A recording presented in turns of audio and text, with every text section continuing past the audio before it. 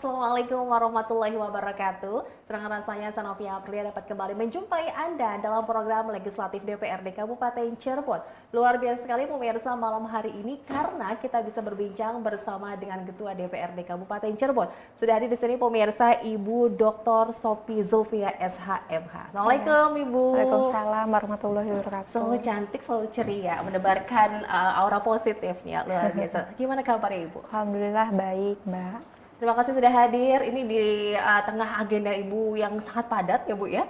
Kita juga pasti pengen berbincang bersama Ibu selaku Ketua DPRD Kabupaten Cirebon. Tapi kalau ngomong rumah aman Bu? Nggak kebanjiran Bu? Alhamdulillah aman. Aman ya. Iya. Oke, ini kita tahu sendiri ya Bu ya. Jumat malam ini wilayah Cirebon turun hujan dengan intensitas tinggi. Ini Ibu menilainya bagaimana sampai terdampak beberapa rumah warga yang memasukkan air meluapnya beberapa sungai juga ini Bu? Ya, jadi hari ini dari pagi saya meninjau lokasi ya. Ada beberapa lokasi yang saya tinjau bersama dengan PJ Bupati juga dan dinas terkait, juga dari BBWS ya, karena kan ada beberapa kewenangan dari provinsi maupun pusat di sana. Alhamdulillah kita sudah turun dan dari Pemda sendiri ini merespon cepat terkait kejadian yang semalam terjadi ya. Salah satunya kan di belakang UMC itu atau belah itu kan memang kejadian luar biasa ya, karena sebetulnya curah hujannya juga tidak terlalu tinggi ya, karena setelah ditelusuri ternyata ini dampak dari Kuningan. Kiriman jadi Kiriman, jadi ini kiriman dari Kuningan terkait banjir hari ini malam tadi, dan alhamdulillah tadi saya bersama dengan PJ Bupati ke lokasi dan memang sudah airnya sudah surut. Tapi memang yang terdampak itu ya kerugian seperti laptop kan gitu, terus mungkin ijazah data dan seperti barang-barang elektronik yang ada di rumah itu ya Bu ya. Yang ada di rumah kan memang ini cukup mengagetkan ya, karena biasanya itu ketika curah hujan tinggi biasanya kita pengamanannya di wilayah Cirebon Timur. Tapi ternyata ini ya saya juga cukup kaget ya, dan bukan saya saja tapi masyarakat di situ juga ya kaget gitu. Bisa sampai separah ini, sampai 170 cm. Jadi luar biasa sekali ya. Kami dari DPRD maupun pemerintah daerah tadi berdiskusi untuk penanganan ke depannya. Ini sementara saya meminta kepada dinas-dinas terkait harus selalu siaga 24 jam nih. Handphone nggak boleh mati. Kan karena ketika musibah ini terjadi tidak mengenal waktu seperti itu. Jadi ya kesepakatan tadi ada dinas Damkar juga tadi hadir, terus dari PUPR, kemudian dari pertanian juga. Pokoknya semua dinas bergotong royong lah untuk terkait banjir yang semalam itu, dan juga bukan hanya dari Pemda Kabupaten saja, tetapi juga dari provinsi dan dari pusat juga BBWS nih hadir. Ya, sempat meninjau langsung ke lokasi ya Bu ya, terdampak banjir nih Bu Ketua nih, dan melihat Cirebon kembali ini diterjang banjir. Ini kan perlu adanya pembenahan ya Bu ya, walaupun ini kiriman ya, karena penanganannya kan harus dari hulu ke hilir. Nah, oke, ini apa yang akan dilakukan, apalagi sebagai wakil rakyat pastinya yang memberikan yang terbaik untuk warga? Yang pertama berkoordinasi tentunya, terus berkoordinasi dan berkomunikasi dengan Pemda Kabupaten, kemudian juga mencari solusi dengan bantuan juga, karena kewenangannya ini adalah provinsi ya, maka dari itu berkomunikasi dengan pihak provinsi. Dan ini juga di jembatan Sumber itu kan sudah kondisinya sudah memprihatinkan karena di bawah itu tergerus air gitu. Jadi kan hari ini juga ada pengalihan lalu lintas. Tidak boleh lewati jembatan Sumber itu. Karena takutnya runtuh. Ya karena tapi sudah ditangani oleh provinsi. Mudah-mudahan ada action selanjutnya ya dari provinsi terkait. Dari yang warga yang terdampak itu bagaimana Bu, dari pemerintah dan eksekutif legislatif ini sudah ada tempat khusus Bu untuk bisa menampung untuk keselamatan dari warga yang terdampak itu Bu? Sementara karena ini sudah surut ya, mereka itu masih di rumahnya masing-masing ya, tapi untuk ya bersih-bersih gitu. Ya, Mereka kan lumpur pasti itu. lumpur. Alhamdulillah kan ada dinas damkar bisa disemprot gitu, Iya. disemprot. Rumahnya lumpur banyak sekali Mbak, yang di lantai gitu kan. Nah, untuk masalah pengungsian mereka masih di rumahnya masing-masing saja, tetapi kita dari Pemda itu tetap siaga. Jadi ketika misalnya ada curah hujan dari Kuningan ini, kita segera memberitahukan warga yang akan terdampak dari Sungai Cipagar ini untuk bagaimana dievakuasi dulu di tempat yang mungkin jauh dari lokasi gitu. Nah, bisa di kecamatan dan lain. Iya, yang penting aman begitu Yang ya Bu penting Ketua ya. aman. Oke, ini berarti karena meluapnya air di Sungai Cipagar itu Bu? Iya, di kiriman dari Kiriman Mandi dari Rancan, Kuningan. Kuningan. Oh iya, berarti harus ada juga koordinasi dengan Iya, dengan wilayah Kuningan. Sudah ada rencana? Sudah berkoordinasi? Hari Senin, Hari Senin hari rencananya. Senin kita akan duduk bersama bagaimana penanggulangan banjir ini. Ini masih menjadi PR ya untuk Ya. pemerintah daerah Kabupaten Cirebon dan wakil rakyat juga ini harus terus mengawal ya Ya, Ibu Ketua betul. ya.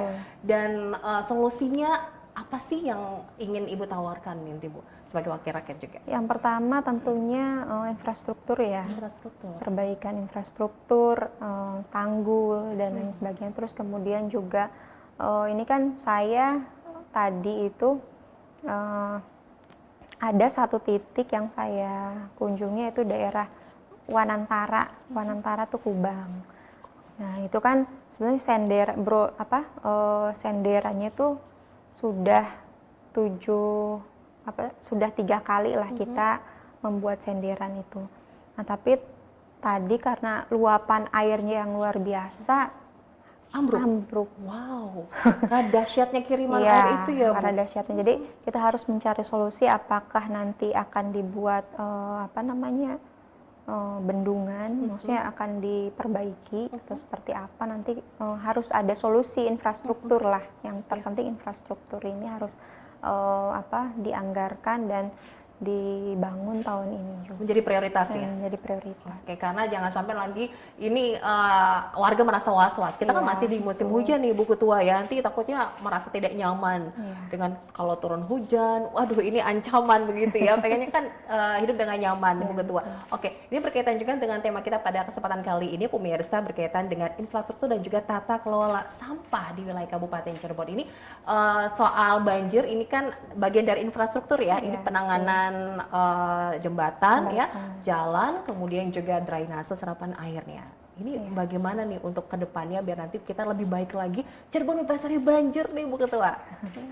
Ya tentunya yang tadi saya sampaikan ya, terkait infrastruktur ini ada banyak ya. Ada infrastruktur jalan, terus kemudian infrastruktur misalnya di bidang pertanian juga kan, terus jembatan dan lainnya. Memang ada kewenangan ya, kewenangan dari pemerintah daerah itu sejauh mana, terus kemudian kewenangan provinsi dan pusat. Intinya sih kita harus kolaborasi, bergotong royong dalam hal infrastruktur ini. Tapi ada pun misalnya kewenangan dari pemerintah daerah sendiri terkait infrastruktur ini kan kita yang menjadi sorotan tuh jalan ya. Itu kita juga ketahui bahwa tahun 2020, 2021 sampai 2022 tiga tahun ya. Kita ini kan memang refocusing besar-besaran karena adanya COVID-19 ini.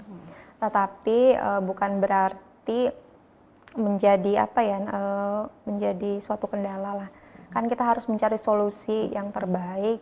Nah, infrastruktur ini menjadi nanti prioritas ke depan 2026, termasuk dari pokok-pokok pikiran DPRD juga kami memprioritaskan infrastruktur, baik jalan, peningkatan pemeliharaan infrastruktur pertanian juga terkait jalan usaha tani, irigasi. Ya, ke depan saya berharap program ini juga menjadi perhatian serius dari Pemda juga untuk bagaimana Kabupaten Cirebon ini 2026 jalannya mulus gitu. 2026 targetnya itu Ibu 2026, Ketua ya? Ya, targetnya 2026 ini jalannya mulus. Kemudian juga terkait pengelolaan sampah. Ya sebetulnya menjadi... Wah, ini menarik pengelolaan sampah. Ini kayak bakal panjang ya penjelasannya dari Ibu Ketua ini. Tapi kita tahan dulu Ibu ya. Kita akan kembali pemirsa usai jeda pariwara berikut. Tetaplah bersama kami dalam Legislatif DPRD Kabupaten Cirebon.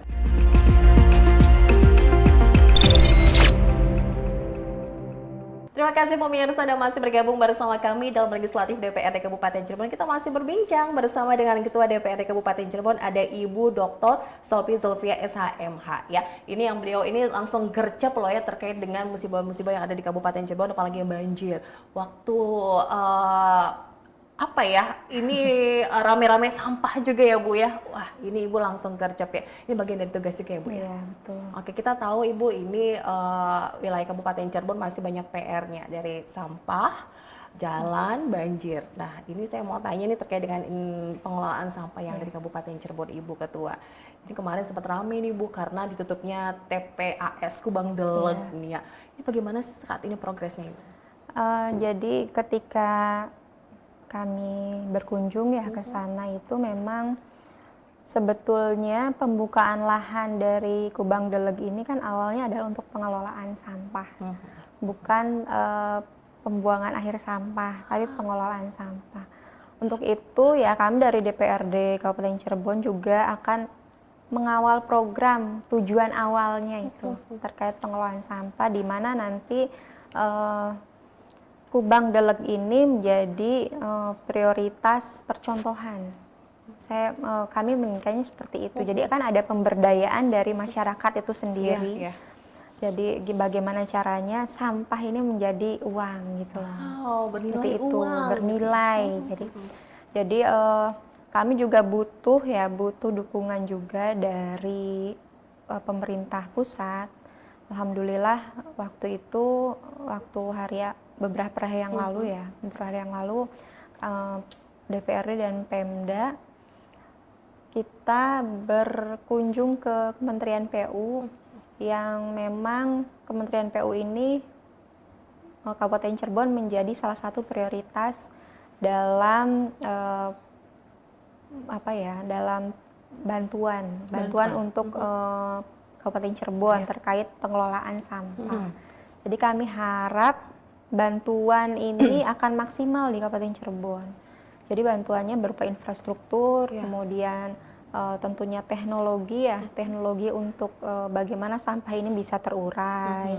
Jadi apakah memang persoalan sampah ini tidak hanya persoalan satu pihak saja, tapi harus banyak pihak yang ikut juga gitu loh. Pentahelix nih. Ya, dalam hal penanganan sampah ini tidak hanya dari dinas DLH saja, tapi juga misalnya ketika pengelolaan ini berjalan, ketika pengelolaan sampah ini berjalan, tentunya ada dari berbagai SKPD nih, misalnya terkait dari dinas DPMPD sendiri desa, bagaimana caranya kita membuat regulasi tentang pengelolaan sampah di desa. Itu kan juga kita bisa sebetulnya. Dan memang harus ada keseriusan dari semua SKPD untuk pengelolaan sampah. Kemudian terkait pengelolaan sampah misalnya dari sampah organik ini misalnya jadilah pupuk. Nah, itu juga kan kita harus bekerja sama dengan Dinas Pertanian untuk untuk pemasaran pupuk ini. Kemudian misalnya biji plastik. Nah, kita alhamdulillah nih hari ini beberapa waktu dekat inilah kita akan membuat MOU dengan pabrik Indosemen terkait pendistribusian biji plastik. Dan ini juga menjadi prasyarat kita mendapatkan bantuan dari Kementerian PU nih, harus ada MOU untuk sudah dapat perhatian nih ya wilayah Kabupaten Cirebon ya Bu Ketua. Ya, ini tinggal menunggu memang sudah menjadi prioritas. Kita tinggal menunggu waktu saja untuk kita mendapatkan bantuan dari Kementerian PU terkait sampah. Oke, berarti akan lebih maksimal nih ya? Akan lebih maksimal. Pengelolaannya. Ya kita tahu juga kan di Kubang Deleg ini kan sudah dengan teknologi yang modern Bu. ada teknologi pemilah sampahnya. Kita tahu juga di sana sudah dilengkapi, tapi tidak berjalan dengan optimal. Kemudian juga ada merasa warga tidak puas nih, begitu. Jadi sampai ditutup gitu. Bagaimana sih Bu ini koordinasi dengan warga setempat nih? Mungkin dari kami sebetulnya dari baik Pemda maupun DPRD dan dinas terkait waktu itu kita rapat ya, berdiskusi dengan warga juga, perwakilan warga, terus kemudian dan kuwunya dengan camatnya lah di situ. Kita berdiskusi apa sih sebetulnya yang menjadi apa ya keinginan dari warga ya mereka tuh pada prinsipnya keterbukaan ya. Keterbukaan. Kompensasi ini kira-kira terbuka untuk apa? Kemudian ya mereka ini ada salah satu permintaan terkait apa ya berupa pencairan langsung gitu. Tapi kan regulasinya kita masih harus berdiskusi dengan Pemda juga. Pemda juga masih apa sih menggodok hal ini karena berkaitan dengan Perbu. Ya. Nah, Perbubnya kan di situ belum memunculkan hal itu. Jadi kompensasi misalnya anggaran itu sekitar kalau tidak salah ya 500 juta satu tahun. Untuk desa Kubang Delek ini ya itu kan untuk pembangunan misalnya seperti jalan dan lain-lain. Berarti sudah ada kesepakatan?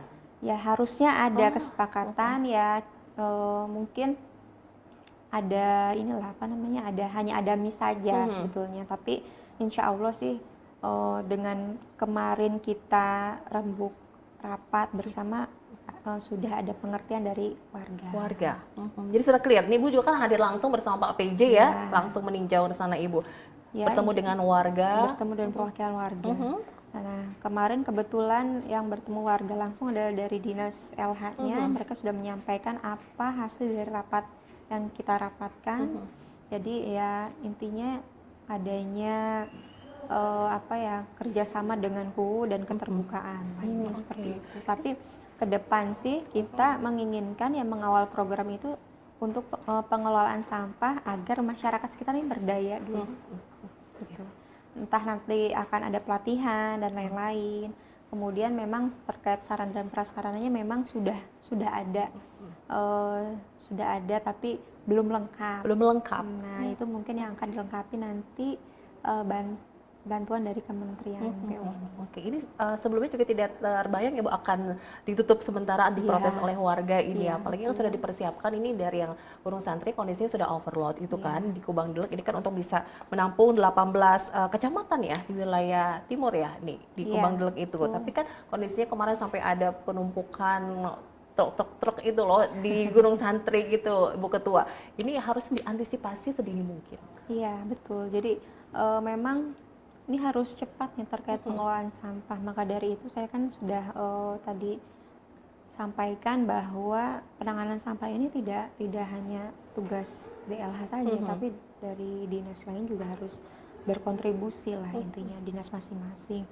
Seperti misalnya tadi dinas desa, DPMPD, kemudian juga ada dinas misalnya pendidikan terkait misalnya edukasi terkait siswa-siswa, bagaimana caranya kita ini tidak membuang sampah sembarangan. Terus kemudian juga ada salah satu SD ya di Sumber nih, SD 2 Tuk Mudal saya sebutin aja. Itu siswanya tidak boleh jajan pakai plastik. Jadi siswanya ini diminta oleh gurunya itu membawa tempat makan sendiri, tempat minum sendiri. Itu kan sebetulnya edukasi sejak dini ya. Dan saya berharap juga dari Dinas Pendidikan agar mengedukasi maksudnya seperti sekolah yang sudah berjalan nih ada gitu dan bisa. Oke, sebenarnya sudah banyak ya Bu program-program yang dilakukan dari pemerintah, ya dinas terkait ataupun pihak-pihak lainnya untuk bisa membantu dalam hal penanganan sampah di wilayah Kabupaten Cirebon. Tapi sampai saat ini pun masih menjadi PR ya. Kita masih lihat juga banyak TPS-TPS liar di wilayah Kabupaten Cirebon. Ini juga menjadi pengawas jadi perhatian juga dari rakyat. Bagaimana Ibu melihat ini? Ya sangat prihatin ya, karena ketika saya ini melihat bagaimana sungai itu tadinya sampah semua, sampai bisa diinjak juga. Wow. Kemudian sudah dibersihkan, beberapa bulan kemudian Menumpuk menumpuk lagi. lagi. Nah, itu mungkin salah satunya kita kunci adalah kesadaran. Kesadaran masyarakat untuk bisa membuang sampah pada tempatnya, tapi tidak hanya itu. Tapi ada misalnya memisahkan antara sampah organik dan sampah anorganik. Nah, dari sini juga saya juga menyarankan kepada dinas terkait DLH nih, ketika mengangkut sampah itu ketika sudah dipisahkan jangan disatukan lagi. Iya, gitu. iya. Sudah ada nih sampah kan dipisah gitu, Bu. Jadi mungkin mobil sampahnya itu khusus misalnya untuk yang plastik, mobilnya khusus untuk yang organik, mobilnya khusus, bisa biar nanti kedepannya kan pengelolaan sampah ini sudah dipilah-pilah nih, sudah bisa berjalan gitu. Jadi sebetulnya mulai dari Pengangkutan tuh, Bu. pengangkutan, pemilahan. Untuk sarana angkut kendaraannya sendiri apakah sudah memadai, Bu, untuk bisa Belum. mencakup semua? Oh, itu juga menjadi kendala, Iya, Ibu. menjadi kendala. Kalau nggak salah itu 9 ya, baru 9. Dengan luas Dengan kabupaten luas Cirebon. kabupaten. Mudah-mudahan ya bisa dapat bantuan. Oh, dari tadi Ibu Ya. sampaikan ya bisa menambah ya. Wow, ini harus ekstra ya, Bu ya. Iya, betul. Padahal tahun 2024 banyak yang mengatakan Kabupaten Cirebon akan bebas dari sampah. Wah, gagal ya, Bu ya. Ya, mudah-mudahan ke depan. Oh, mudah-mudahan ya. Baik, kita akan lanjutkan lagi pemirsa RCTV berbincang bersama dengan Ibu Ketua DPRD Kabupaten Cirebon. Usai jeda berikut, jangan kemana-mana.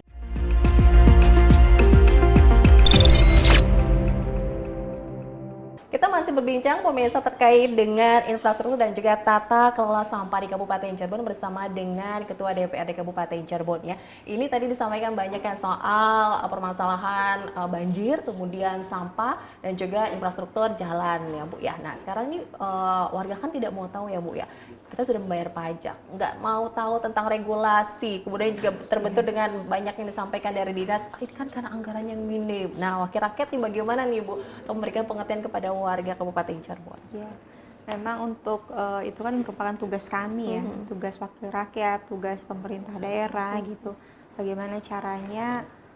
Memang warga ini kan memang tidak mau tahu itu kewenangan siapa ya. Yang jelas ini saya di Kabupaten Cirebon, kok sampah nggak selesai seperti itu kan. Jadi kita juga harus banyak berintrospeksi baik dari pemerintah daerah, kemudian dari DPRD-nya juga kan ini harus tetap mengawal program ini. Jadi bagaimana caranya? Ya itu tadi, jangan berpikir bahwa ini hanya kewenangan satu pihak saja. Jadi ini adalah tanggung jawab bersama. Tanggung jawab bersama. Nah, itu kuncinya sebetulnya seperti itu. Jadi udahlah kita turunkan ego kita masing-masing. Bagaimana sebetulnya goals-nya apa nih yang mau didapat gitu. Goals-nya itu adalah misalnya bebas sampah atau misalnya pengelolaan terkait sampah, pemberdayaan masyarakat. Itu kan goals-nya sebetulnya. Nah, goals itu kan kita tidak bisa sendiri. Betul. Jadi tetap harus ada kerjasama dari berbagai pihak. Apakah itu dari dinas, banyak dinas lah ya, banyak dinas itu. Jadi saya sih berharap kepada dinas terkait maupun semua SKPD lah di Kabupaten Cirebon untuk bisa bertanggung jawab bersama gitu. Tentang sampah ini bukan hanya tanggung jawab dinas LH saja, tapi ini merupakan tanggung jawab SKPD bersama. Jadi ayo mari kita serius ya menangani masalah sampah ini. Nggak serius ya, Bu ya? Apa? Belum serius atau bagaimana, Bu Ketua? Ya, lebih ditingkatkan Lebih ditingkatkan lagi. seriusannya.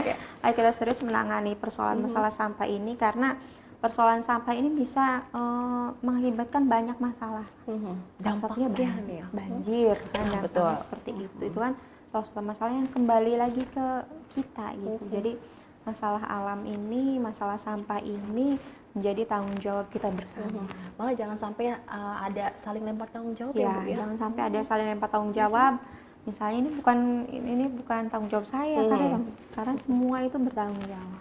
Oke, dan warga kan ingin hidup dengan nyaman. Iya, betul. Dan termasuk juga dari warganya sendiri juga, kita harus sadar betul itu akan dia warga ya.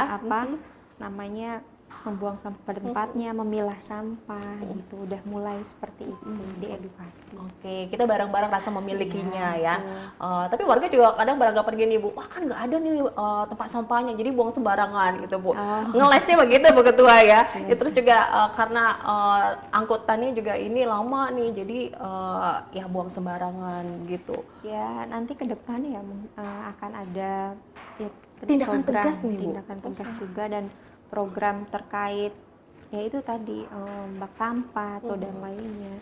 Itu yang untuk mengatasi bagaimana sampah itu ya minimal di warga sendiri sudah terpilah gitu. Iya. Sampah organik, anorganik. Nah, masalah sarana dan prasarana kita bisa bicarakan nanti berdiskusi kembali. Memang APBD di Kabupaten Cirebon kan mungkin tidak banyak ya. Apalagi harus dibagi nih Iya, gitu. betul. Jadi kita mungkin akan berkoordinasi juga dengan provinsi dan pusat untuk penanganan sampah ini. Menjadi Kalau hal aja yang nanti sudah berjalan ya Bu ya, ini kan akan berebut sampah ya Bu ya, karena tadi Iya, Ibu sampaikan betul. ingin bernilai ekonomi dan juga Iya. pasti untuk menambah ya pendapatan. Wow, dari desa ya Bu ya? Dari desa. Ini penanganan sampah dari desa. Ini kan pihak tadi Ibu sama BPMPD ya? Iya, di Oh PMPD. iya, itu. Wah, ini semuanya yuk bergerak ya Bu. Bergerak. Yang menciptakan Kabupaten Cirebon yang lebih bersih lagi, lebih nyaman lagi. Nah, dari Ibu sendiri ya Bu ya, ini apa dulu sih Bu yang harus diperbaiki nih Bu untuk bisa membuat wilayah Kabupaten Cirebon lebih baik lagi dari infrastruktur ataupun penanganan banjir, kemudian juga tata kelola yang lebih baik sampahnya ini Bu. Apa dulu yang harus diperbaiki sih Bu? Sebetulnya kemarin kami menyampaikan dokumen pokok-pokok pikiran DPRD memang ada 3 prioritas. Nah, 3 prioritas itu ya yang pertama infrastruktur. Infrastruktur itu baik jalan, jembatan, ya. Terus yang kedua itu terkait karena kita ini kan ingin menjadi swasembada pangan nih. Ya, infrastruktur terkait pertanian. Jalan usaha tani, kemudian irigasinya seperti itu. Dan ada jadi kita ini pertanian tapi bagaimana caranya teknologi kan berkembangnya teknologi kita bisa nampik ya. Jadi dengan berkembangnya teknologi bagaimana caranya nih pertanian ini bisa efisiensi pertama anggaran. Nah, seperti itu. Kemudian nilai jualnya kan akan lebih baik lagi ketika misalnya ada efisiensi anggaran dari petani. Dan itu menggunakan apa? Teknologi. Teknologi, betul. Jadi kita pertanian berbasis teknologi juga. Kemudian yang ketiga nih masalah penanganan sampah gitu, pengelolaan sampah yang tadi saya sampaikan bahwa ini merupakan tanggung jawab bersama nih. Jadi ada 3 prioritas betulnya, infrastruktur jalan, terus ini terkait infrastruktur pertanian dan juga yang terakhir tentang pengelolaan sampah. Itu menjadi apa ya prioritas. Dan itu termasuknya berat nggak sih Bu untuk bisa membenahi itu semua untuk wilayah Kabupaten Cirebon sendiri? Kalau gotong royong bersama-sama saya bisa, rasa yakin gitu bisa ya. Harus optimis ya. Optimis. Kita sudah berusaha, warganya pun yuk bisa bareng-bareng Ibu Ketua. Wow, ya targetnya kan 2026 bebas ini ya Bu ya, jalan rusak, jalan mulus 2026. Yakin Bu? Insya Allah. Insya Allah baik. Nah, kita tunggu nanti ya, karena kan itu by proses ya Bu ya, Ya bertahap proses. juga. Kita juga kan 2025 ini juga sudah mulai ya. Di 2026 Insya Allah ke depan akan lebih baik lagi. Karena kan akan berdampak dari sektor ekonomi, Ya, perekonomian betul. dan yang lainnya Bu Ketua. Pengennya kan peningkatan perekonomian lebih baik lagi ya. Oke, masih ada satu kesempatan lagi pemirsa berbincang bersama dengan Ketua DPRD Kabupaten Cirebon, tapi kita harus jeda. Pemirsa tetaplah bersama kami di RCTV.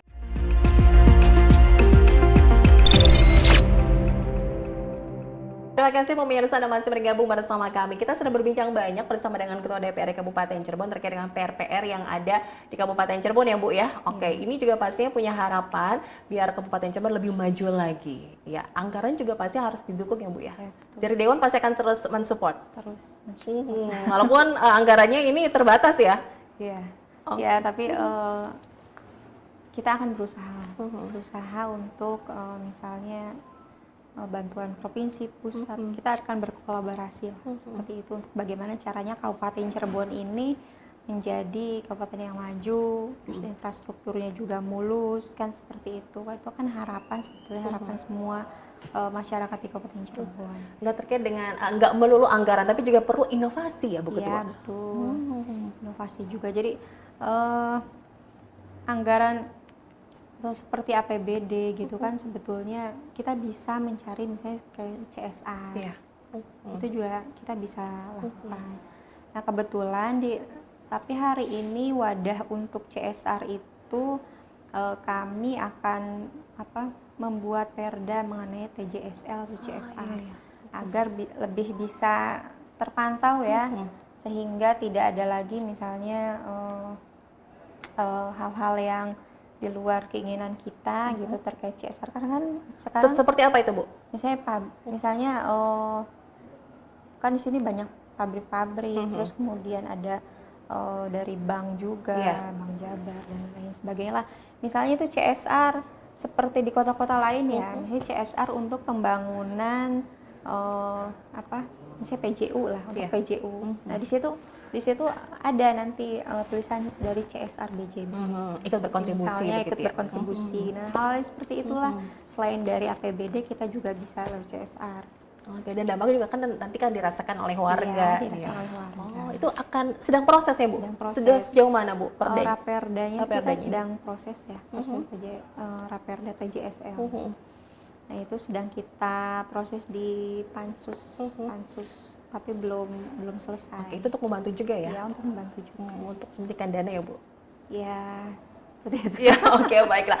Ibu, apalagi sih Bu harapan dari Ibu Ketua nih terkait dengan kondisi di wilayah Kabupaten Cirebon yang memang masih perlu banyak perhatian ya Bu.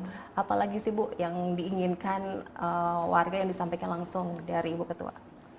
Ya, saya sih berharap Kabupaten Cirebon ini ke depan lebih baik lagi, kemudian juga pembangunan juga lebih baik lagi.